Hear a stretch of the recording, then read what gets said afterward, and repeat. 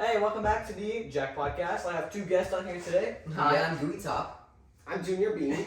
Okay, it's good to have you here. I've been anticipating having some guests on here for a while. It's been real nice to join the show, yeah. I'm glad to have you. Yeah, I've actually wanted this for a while. Ever since I've seen that podcast of yours with, wait, who was it? Oh my god.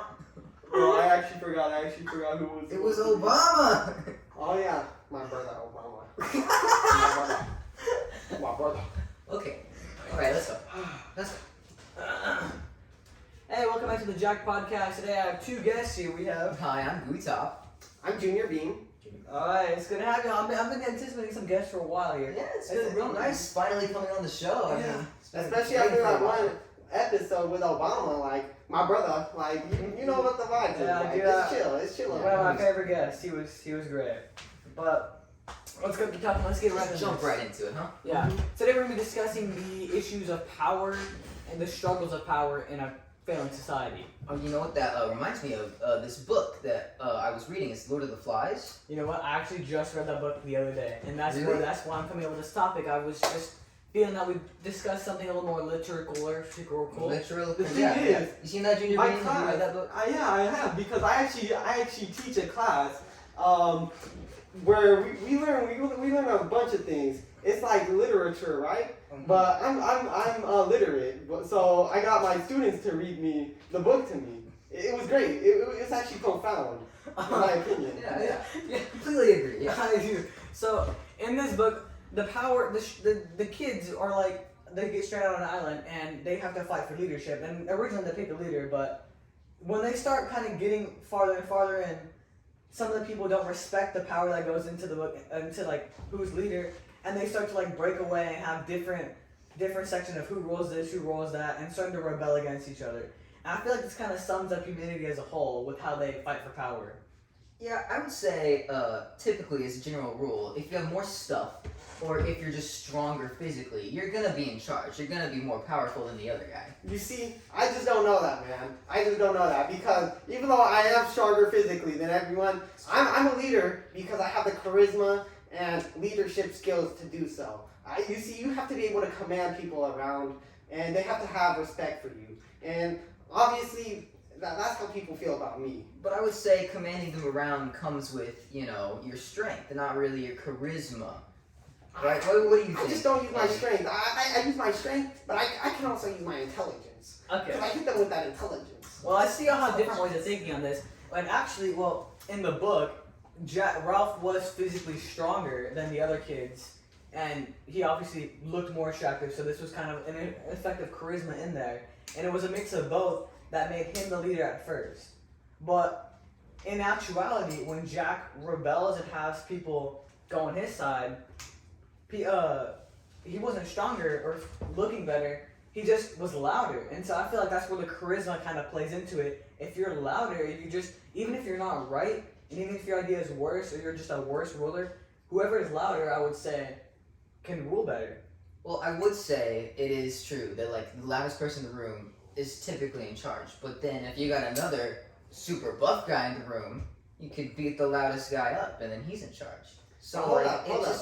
I agree with him because when you're loud and everybody likes you, people are on your side. They're not looking to switch for the stronger person, even unless they show their dominance early on, in knowing them. So I just don't know, man. I just don't know. Well, I feel like all these things the struggle for power in general, where one person is stronger, one person is more charismatic, I feel like it all plays into the fact that you can never truly have a perfect government. Would y'all agree? It's always going to be some level of I argument. could agree with that. And I agree. In my opinion, all governments are corrupt. But we're not going to get into that on this podcast. Like, maybe next time. Maybe That's that for when Trump comes on. a big topic for next time. Next time. Trump on next time, I might be with him. In fact, in the book Lord of the Flies, the society entirely comes to they fail entirely because they just can't decide on who would lead. It's And sort they of do. they're colliding the ideas we are.